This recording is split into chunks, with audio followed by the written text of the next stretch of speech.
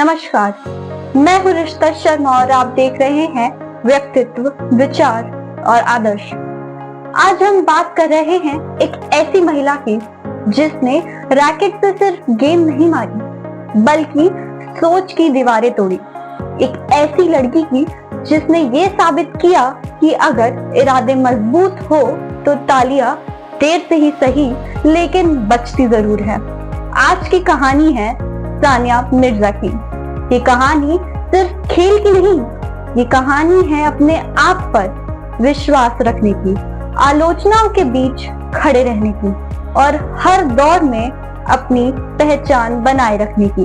15 दिसंबर 1946 मुंबई में जन्म लिया, लेकिन असली परवरिश हैदराबाद में हुई। एक सामान्य सा घर, माता पिता का अनुशासन और एक बच्ची जिसे खेल से प्यार था। जब बाकी बच्चे स्कूल के बाद टीवी देखते थे, सानिया टेनिस कोर्ट पर पसीने से भीगी रहती थी। 6 साल की उम्र में पहला रैकेट आया था। वजन ज्यादा था पर हाथ छोटे थे, लेकिन आंखों में सपना बड़ा था। उनके पिता इमरान मिर्जा खुद उनके पहले कोच बने। उन्होंने सिर्फ खेल नहीं सिखाया, अनुशासन, आत्मविश्वास और हार को स्वीकार करना भी सिखाया। वो जानती थी ये सफर आसान नहीं होगा, लेकिन आसान रास्ते कभी इतिहास नहीं बनाते। 90 का दशक, भारत में लड़कियों का खेल में करियर चुनना अभी भी सवालों से घिरा था।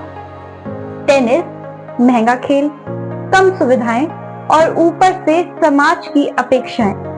कभी उनके कपड़ों पर सवाल उठे, कभी उनके आत्मविश्वास पर और कभी सिर्फ इसलिए कि वो एक लड़की थी जो खुलकर जीतना चाहती थी।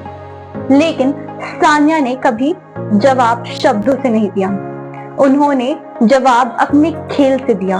2003 में WTA सर्किट में कदम रखा, 2005 में ऑस्ट्रेलियन ओपन के चौथे राउंड तक पहुंची और इतिहास बन गया।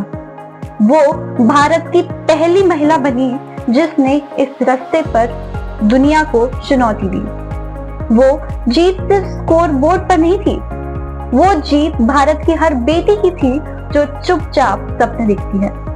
इसके बाद सानिया मिर्जा सिर्फ खिलाड़ी नहीं रही, वो भारत की पहचान बन गई। दुबई, पेरिस, न्यूयॉर्क, मेलबर्न, हर कोर्ट पर तिरंगा उनके रैकेट से झलकता था। उन्होंने मिक्स डबल में ग्रैंड स्लैम जीते, Australian Open, French Open, US Open, women's double में विंबलडन और ऑस्ट्रेलियन ओपन जीतकर दुनिया की नंबर 1 खिलाड़ी बनी। लेकिन ये जीत सिर्फ ट्रॉफी नहीं थी, ये एक संदेश था कि भारत की महिलाएं दुनिया से पीछे नहीं हैं। हर जीत के पीछे अनगिनत घंटों की प्रैक्टिस, अकेलेपन की लड़ाई और खुद से किया वादा था, मैं रुकूंगी नहीं।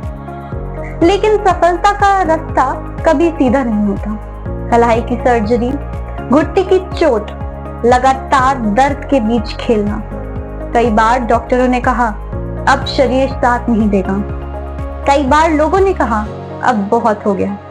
लेकिन सानिया खुद से सिर्फ एक सवाल पूछती, क्या मेरा सपना अब भी जिंदा है? और उसका जवाब था हाँ। 2015-16 में वे फिर लौटी और इस बार पहले से भी ज्यादा मजबूत। वर्ल्ड नंबर 1, इतिहास दोबारा लिखा गया। वो गिरती रही, लेकिन उन्होंने कभी गिरना अपनी पहचान नहीं बनने दी। सानिया की जिंदगी सिर्फ कोर्ट तक सीमित नहीं थी। 2010 में उन्होंने शोएब मलिक से शादी की। 2 देश, 2 करियर और लगातार सफर। कई सालों तक उन्होंने रिश्ते को पूरी ईमानदारी से निभाया, लेकिन जीवन हमेशा हमारी योजनाओं के अनुसार नहीं चलता। समय बदला, परिस्थितियां बदली और 2024 में दोनों ने अलग होने का निर्णय लिया। कभी कभी सबसे मुश्किल निर्णय सबसे ईमानदार होता है और सानिया का यह निर्णय उनकी कमजोरी नहीं, उनकी स्पष्टता था। सानिया मिर्जा एक माँ भी है। माँ बनना उनकी जिंदगी का सबसे भावनात्मक चैप्टर है। खेल, काम, जिम्मेदारियां और एक बच्चे की परवरिश।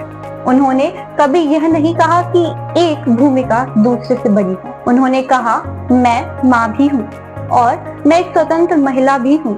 यह संतुलन आधुनिक भारतीय महिला की सबसे बड़ी ताकत है। सानिया मिर्जा सिर्फ ग्रैंड स्लैम विजेता नहीं है, वो एक पीढ़ी की आवाज है। उनकी वजह से हजारों लड़कियां टेनिस रैकेट उठाने लगी। उनकी वजह से माता पिता बेटियों के सपनों पर भरोसा करने लगे और भारत ने जाना कि खेल सिर्फ पुरुषों का खेल नहीं है। सानिया मिर्जा की कहानी हमें ये सिखाती है कि व्यक्तित्व हमें गिरने के बाद खड़ा होना सिखाता है, विचार हमें खुद से सच्चा रहना सिखाता है और आदर्श हमें ये याद दिलाता है कि हालत चाहे जैसी भी हो पर अपनी पहचान कभी मत खोइए। सानिया ने मैच जीते, रिकॉर्ड तोड़े और कई बार खुद को फिर से बनाया और यही उन्हें खिलाड़ी से आगे एक प्रेरणा बनाता है। मैं हूँ रिश्ता शर्मा और आप देख रहे थे व्यक्तित्व, विचार और आदर्श। मिलते हैं अगले एपिसोड में एक और ऐसी कहानी के साथ जो सिर्फ देखी नहीं, महसूस की जाती है।